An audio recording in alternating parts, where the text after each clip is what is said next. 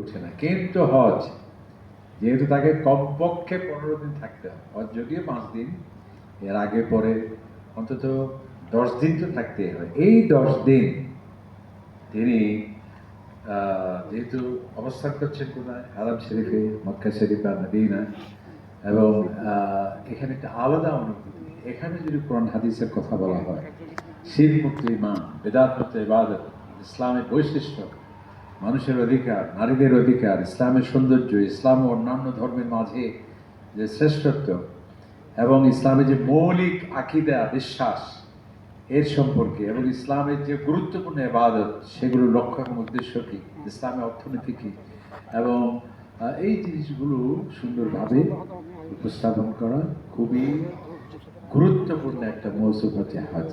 এবং সেই জন্যই আমরা না, যে প্রত্যেক কাফেলায় সেটি চেষ্টা করে যে দেশের শীর্ষস্থানে আলেম ওলামাদেরকে নিয়ে থাকেন, এবং আমরা আলহামদুলিল্লাহ চেষ্টা করে থাকি। সাধারণত মনে করেন আমাদের কত 400 জন মানুষের মধ্যে হয়তো 8 জন 9 জন যাওয়ার কথা, কিন্তু আমরা 15 থেকে 16 জন, এবং আলহামদুলিল্লাহ আমাদের শাহ ওলিউল্লাহ সাহেবকেও আমরা 2 বার পেয়েছিলাম। আমরা আগামী বছরের জন্য হযরত মওলানা মুফতি সাহেব ইসলাম সাহেবকে দাওয়াত দিয়ে রেখেছি অগ্রিম। এছাড়া আমরা হজে না পেলেও সরাসরি আমাদের মাঝে যেমন শেখ আহমদুল্লাহ সাহেব, তিনি প্রতি বছর যান, ওনাকেও আমরা হজের আগে বা পরে আমাদের বিল্ডিংগুলিতে নিয়ে আসি এবং সেখানে তিনি তাকরীর পেশ করেন। এবং আজকে যারা এখানে আছেন ওনারা ইনশাআল্লাহ আমরা ওনার হজে যাচ্ছেন সবাই, এবং সেখানে ইনশাআল্লাহ ওনার তাকরীর পেশ করবেন, আপনারা শুনতে পারেন। তো আমাদের প্রায় এবছর মনে 400 কয়জন যেন 22 জন না 23 জন যাচ্ছেন। তো তোর মধ্যে ঢাকা থেকেও প্রায় 30 থেকে 50 জন আছে। তো ওনাদের জন্য একটা প্রশিক্ষণের প্রয়োজন। আমরা সাধারণত চট্টগ্রামে হয়ে থাকে, তো এখান থেকে চট্টগ্রামে যাওয়া তো কঠিন হয়ে যায়।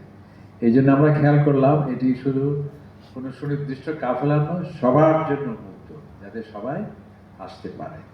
তো এই জন্যে আজকের এই প্রোগ্রাম। যাই হোক, আমরা এতটুকুনি ভূমিকা। আমরা এখন বলতে চাই যে হজ আসলে অত্যন্ত গুরুত্বপূর্ণ একটা ইবাদত। এর প্রমাণ হলো, যদিও নামাজের অনেক গুরুত্ব, সিয়ামের অনেক গুরুত্ব, যাকাত এগুলো তো আছেই, কিন্তু হজ দেখুন কোরআন কারীমে 114টি সূরার মধ্যে একটি সূরা হলো সুনির্দিষ্ট কিসের নামে? হজের নামে, সূরাতুল হজ। তাহলে আমরা বলি যে বৃক্ষ তোমার নাম কি? উনি বলে তুমি কি অন্ধ? বাবা, আমার নামেই তো আছে। হ্যাঁ, তো এখানে হজের গুরুত্ব কি?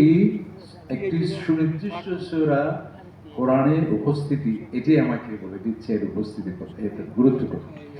এবং আরেকটি হলো, দেখুন যে ইসলামের 5টি স্তম্ভ, পিলার বারক, সর্বশেষ ইমাম তো আছে সার্বক্ষণিক। এরপর আসছে কি সিয়াম, যেহেতু মক্কাতেও ছিল। এরপর মেরাজের পর আসছে নামাজ, আসছে সালাত আসছে, এরপর যাকাত দ্বিতীয়, আর সর্বশেষ হচ্ছে হজ।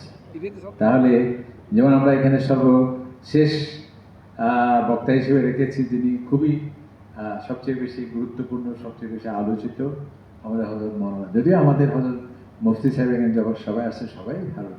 তো এখানে সর্বশেষ বিধান হচ্ছে হজ। কারণ কি, প্রায় 23টি বছর লেগেছে এই হজের। কারণ কি, হজের জন্য রাষ্ট্রীয় নিরাপত্তার প্রয়োজন, এটা তো মক্কা শরীফে ছিল না। হজের জন্য পথের নিরাপত্তা থাকবে, প্রতিরক্ষা ব্যবস্থা থাকতে হবে, আইন শৃঙ্খলা